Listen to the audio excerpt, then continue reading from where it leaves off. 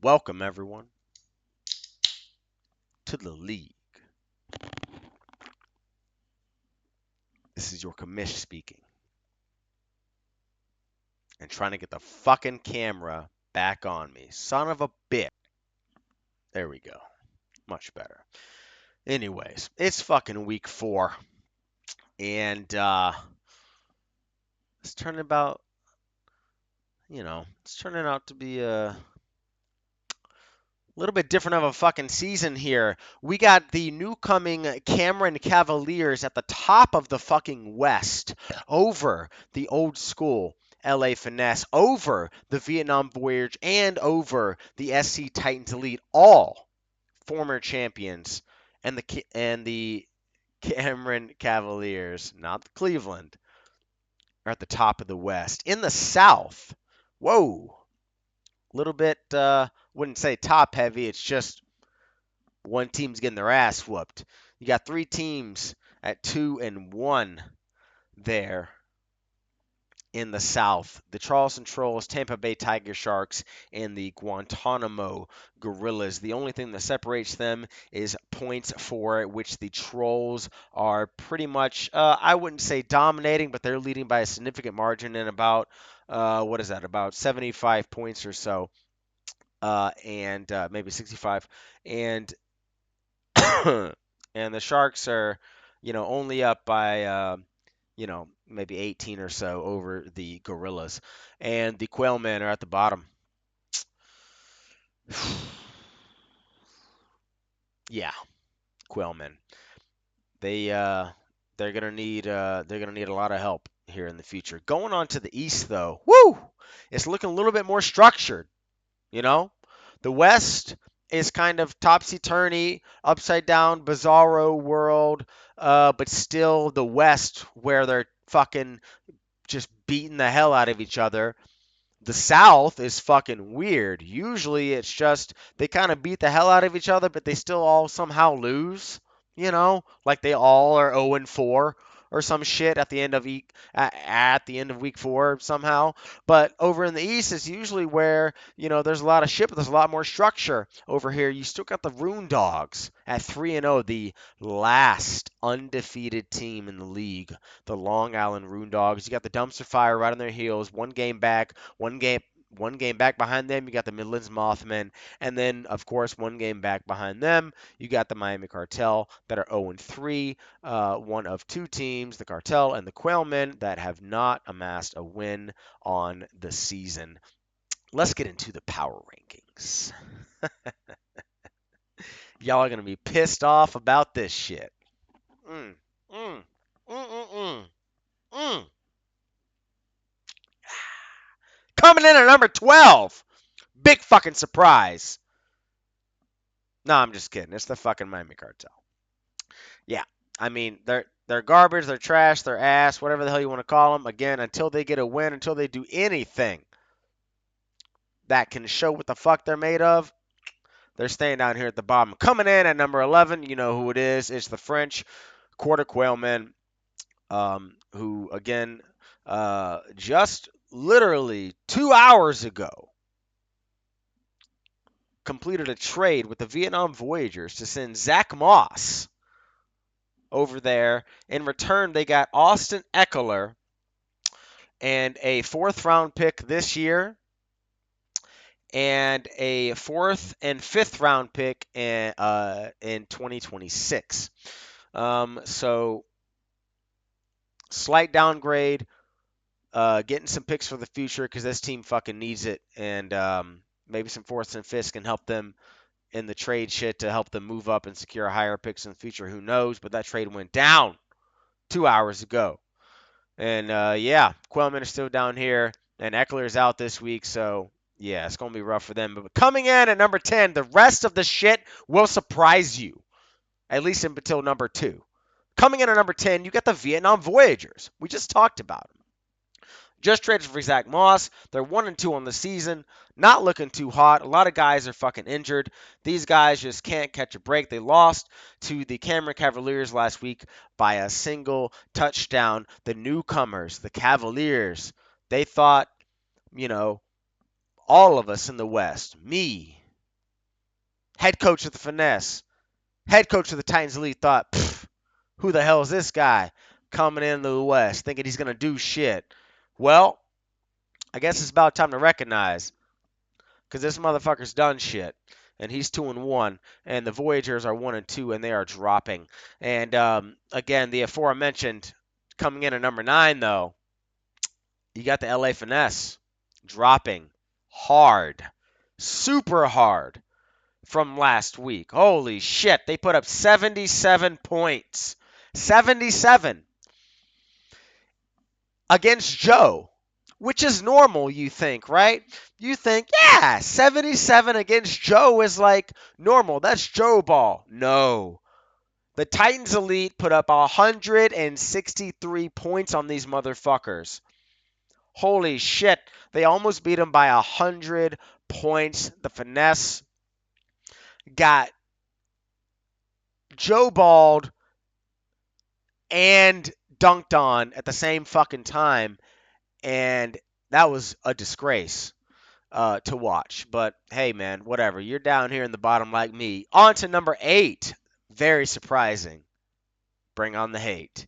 You got the Guantanamo Gorillas. Yeah. Yeah, I'm putting them down here. I don't give a fuck. I don't give a fuck. Yes, they're 2-1. Yeah, they're 2-1. They put up 87. 87 against the Tiger Sharks in a rivalry game. And I think they were at home. And they put up 87 against the Tiger Sharks? That's awful. Absolutely fucking awful. And, right now this team is pretty much the same as it's always been. It's a fucking roller coaster. It's up and down every week. You never know what you're going to get. Boom or bust. And this week it was bust, and it busted hard. You know what I mean? Coming in at number 7, you got the SC Titans Elite. Yeah, coming off a huge win against the Finesse last week. Looking pretty good, but again, this team is so what's the word? Small. This team has no depth. If one motherfucker is injured on this team, they're done. They're done. Doesn't matter who it is. Doesn't fucking matter who it is on this team. However, again, we always know from this team, they are the hardest playing team in the league and the luckiest. And I've got stats to back that shit up. They are the luckiest team, but hey, luck is created by toughness and motherfucking determination. So the Titans Elite are doing their thing. They're still here at number 7. They're still alive. Let's go. Coming in at number 6. Top 6 for the first time in a long time. Coming in a long time. The Tampa Bay Tiger Sharks at number 6. Holy shit, this team. What the fuck? Where did they come from? No one saw this shit. 2-1. Rico, 2-1. No one saw this shit coming. Okay. What? They just took down the Guantanamo Gorillas in their own home. They're 2-1. And now this week they have a chance. They have a chance to go 3-1. The Tiger Sharks have not started. Well, I'm sorry. The Tampa Bay Tiger Sharks have never started 3-1. But the owner of this team, the management of this team, they have never started. Well, I'm sorry. They have started 3-1, and the last time they were 4-0 in 2019. They started 4-0. Yeah, can you believe it? The Tampa Bay Tiger Sharks. They weren't Tampa Bay at the time. I think they were in Goose Creek, but they were 4-0. You know what they finished that year? You know what their final record was? 6-8. They finished the season 2-8. So Tiger Sharks are up here. They're a little pissed off. Their fans have not seen anything outside of mediocrity their entire life. They're fucking psyched for this team right now to finally be doing fucking something. And they've got a big fucking matchup this week. And we're going to get onto that a little bit later to prove it. And coming in at number 5, you got the Cameron Cavaliers leading the West at 2-1. I've already said what I've already said about this team. These motherfuckers are here to play. They got a new coach. They have rallied behind this coach and they have found a way to take the lead in the West at the end of week 3. Fucking incredible out there by head coach Chunks. Coming in at number 4, you got the Midlands Mothmen. Yes, yes, I know. They're 1-2. They're 1-2. Why? Why are they here?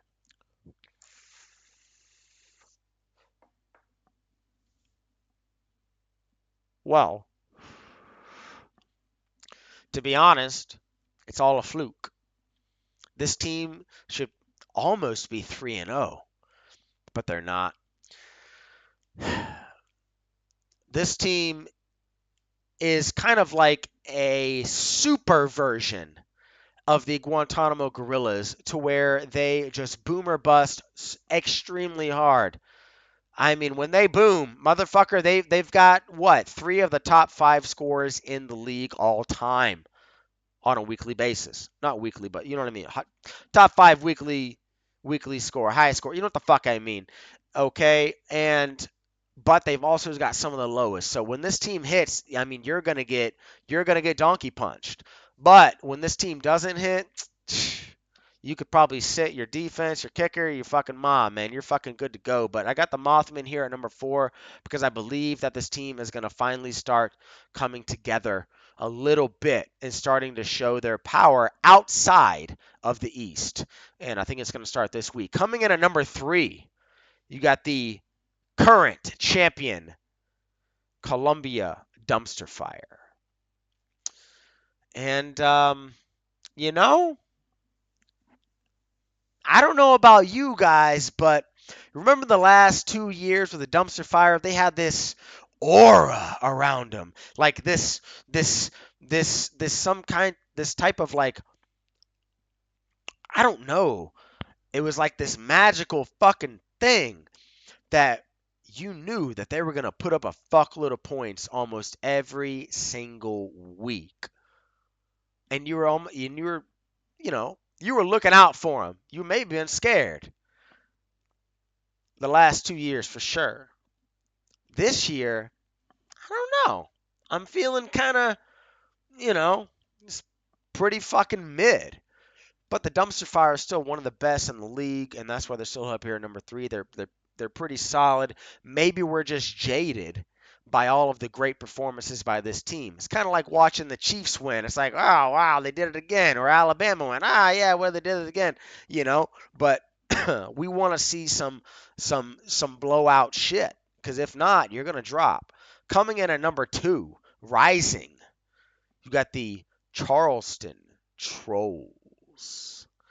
And this team again, it's like a mix. This team is a like a it's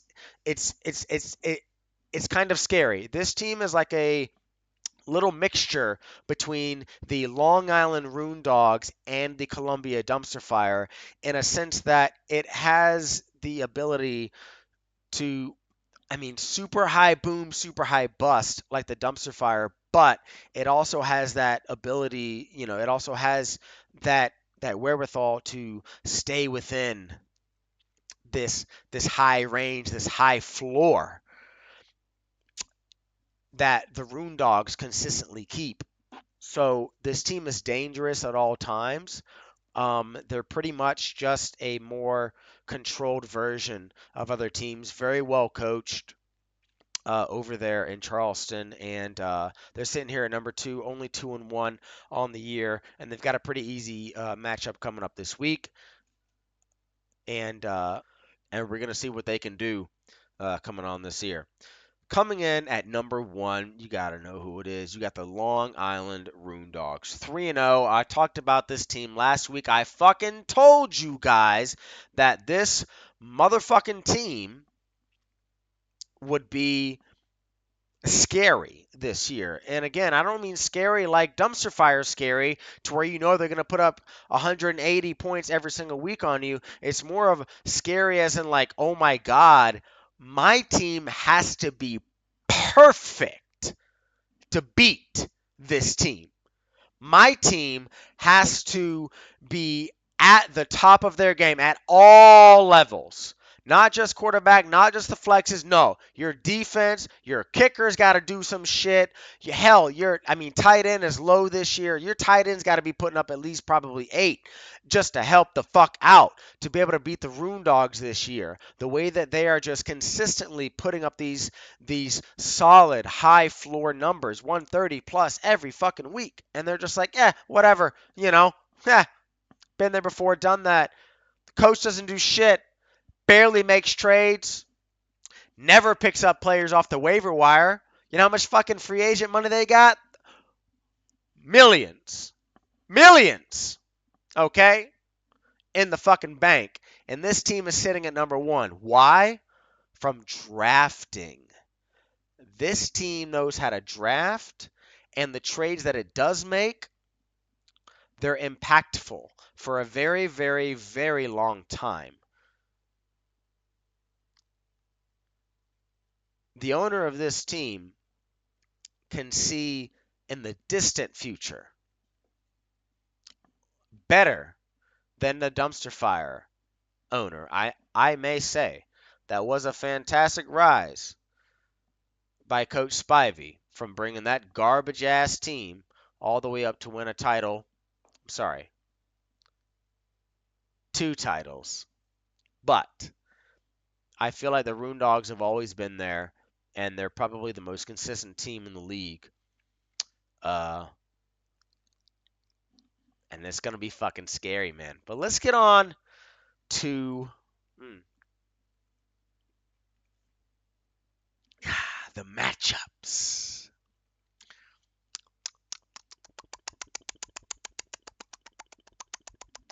Matchup number 1.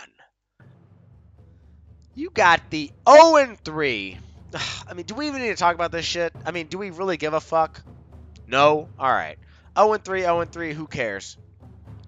Matchup number 2. You got the 1-2 Midlands Mothmen at the 1-2 SC Titans Elite. And this fucking game, both of these teams feel like they should be at least 2-1. But both of them are very happy that they're not 0-3. And right now, the Titans Elite are up 4-0 at the end of the first. They got 2 safeties in the first quarter. That's typical Joe Ball for you. What can you do? But yeah, this should be a very good matchup. As it stands now, the Mothmen should be able to pull away. But again, Joe Ball. Matchup number 3. You got the 1-2 Vietnam Voyagers at the 2-1 Guantanamo Gorillas. I guess we could call this the the Communist Bowl. Which one will prevail? Are they friends or are they foes? I don't know, But we'll see. This is a rivalry that has dated back for a very, very, very long time. And this game should be very close. Right now, the Gorillas are up 4-0 at the end of the first. Just like the past game, they got 2 safeties. I guess the Guantanamo Gorillas are channeling their inner Joe Ball for this game, thinking we gotta just keep the score low and just secure the win, as opposed to just laying it all out there and going for it. But as it stands now, it does look like the Vietnam Voyagers should be able to pull ahead. But again, this year, we never fucking know. Coming in at number 4, matchup. You got the 2-1 current champion, Columbia Dumpster Fire, at the 2-1 current West leading Cameron. Cavaliers. This is a spicy meatball matchup. Holy fuck. This matchup, holy shit. I am so fucking excited for this matchup because not only is it the Cavaliers' first matchup outside of the West, it's their first matchup against a fucking squad of a team. And I'm not saying the Voyagers and the Titans Elite and the Finesse aren't squads, but this is the reigning champs. They're champs for a fucking reason. Highest scoring team the last couple years. They're here.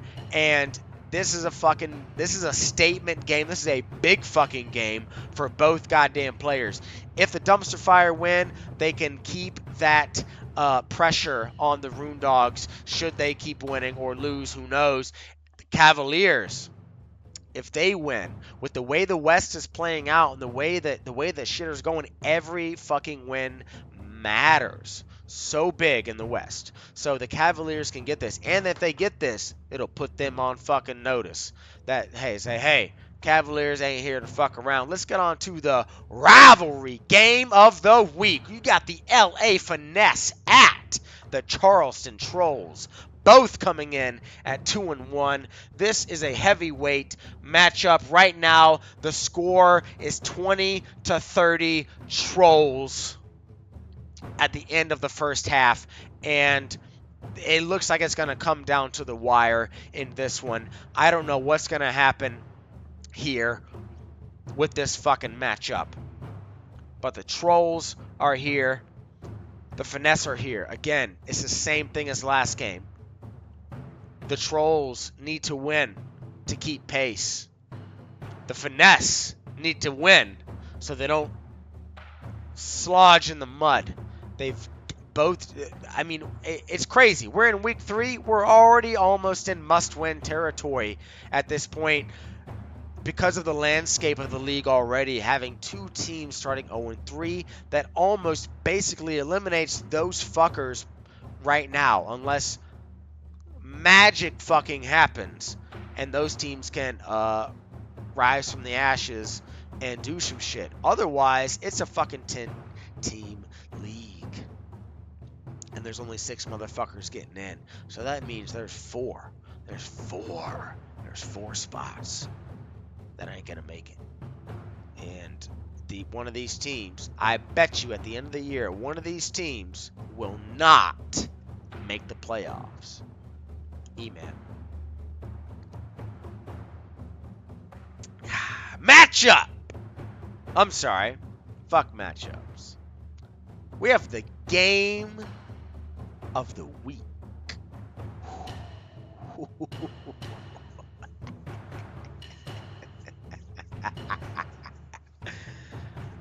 I have been busy, okay? You got the 2-1 Tampa Bay Tiger Sharks at the undefeated Long Island Rune Dogs. Holy shit. This fucking matchup. It hasn't kicked off yet. It's going to kick off in an hour and a half from me recording this. An hour from probably when you watch it, maybe just before. Holy shit. But right now, it actually says the Tampa Bay Tiger Sharks should win the match. They have a 17-point spread away. The Tiger Sharks have a 17-point spread away, camera. Holy shit. If you were a betting man and you can bet on Dynasty motherfucking football, I think you can, by the way, I would be putting money on the Rune Dogs hard for them to cover. 17 points, 3-0. I mean, I get it, right? Tiger Sharks, you know, hey, they're the big up and coming team, big surprise. But Rune Dogs are saying, man, we've been here before. We know what we're doing. We got this. However,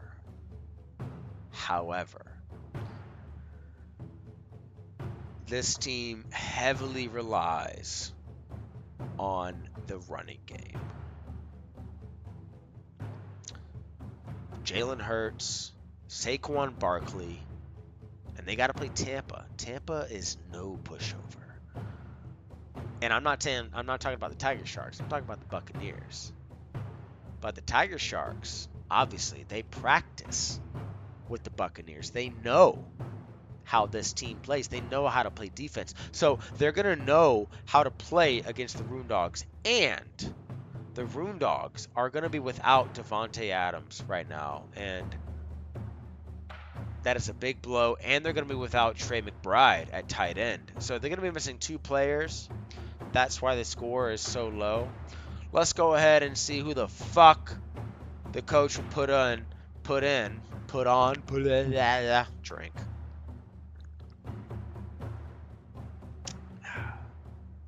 Maybe Christian Watson, probably, what is it, Ben Sano? Is that his name? Yeah, Ben Sano, whatever. He's got no points on the season. That's the only other tight end on the roster. So it's gonna be a desperate play there. And then to fill in for Davante Adams, I guess you could put in Ladd McConkey, who's done decent, 12, 3, 5 in his points scored this season, or you could put in Christian Watson against the Vikings. He scored 8, nothing, and 7, so kind of a boom, not even a boom, more like a mid or a bust player there, and Christian Watson. Still holding on to a kicker, Matt Prater. The Roondogs are for some reason, but hey, if they could play wide receiver, who knows? But yeah, this is whenever the Roondogs sort their shit out, this is going to be a close matchup, and it's going to be really interesting. Because the predictions were quite interesting. In the league vote, we had a total of 6 voters.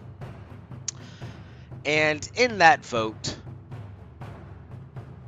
it was the Hurricane.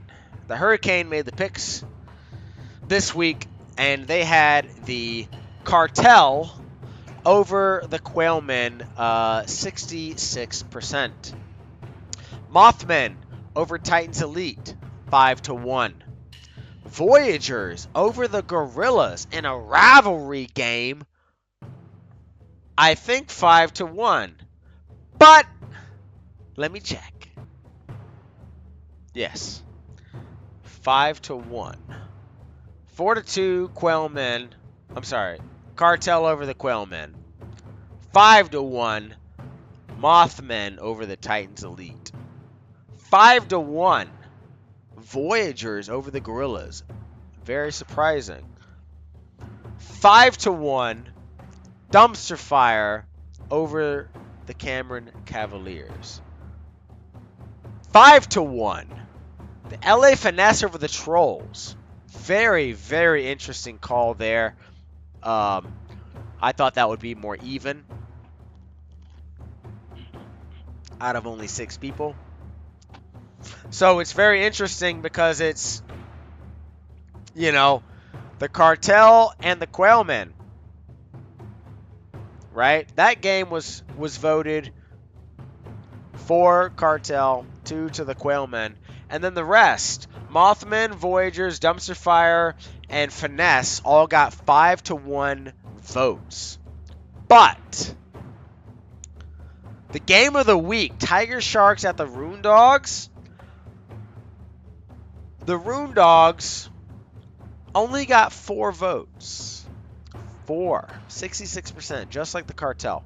So very interesting. So someone outside of Tampa believes in Tampa to beat the Long Island Roondogs this week, and I'm all for it.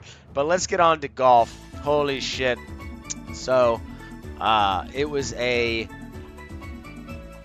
very good week for P-Man, but now, honestly, everything's still wide open here. You got P-Man at 7 under, Chunks at 5 under, Graydon at 2 under, Rico at 1 under, and then we have a giant log jam at 5th, and we're all sitting at even par. Mandy, Matt, Hunter, Dan, and Germ. And then you got Joe at just one over. It looks like he's way down there. He's only, I mean, hell, he's only 4 strokes, off of being in third place. And then you got E-Man and Sam down there at the bottom at 4 over par, which is just not very good. And,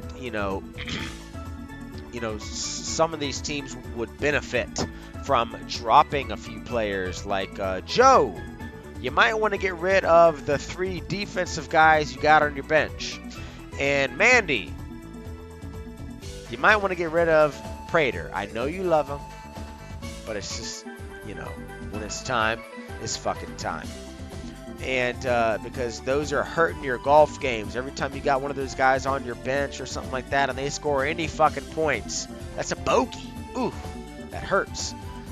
I can only imagine what Mandy's team would be like if she didn't bogey herself.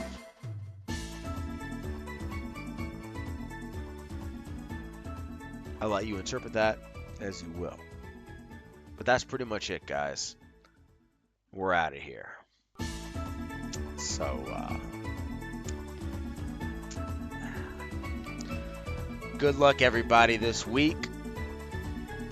I hope all you guys are doing well from the, hurricane. I haven't watched news, so is it Helen? I think it's Helene, most likely. But I hope you guys got power and shit. Everything's all good, and yeah, I just hope everything's good over there. We had a typhoon, a few weeks ago, right before the season started, so I know a little bit how it is. Not like that, though. But yeah, good luck, motherfuckers.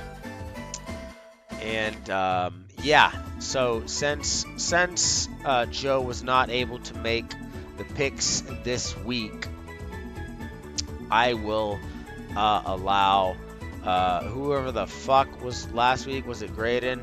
No, it was Matt. I'm gonna let Matt pick this week's predictions video, unless Joe wants to go ahead and step forward and say he's gonna do it this week. But otherwise, I say it's good. Otherwise, yeah, yada yada yada. Fucking cheers, assholes.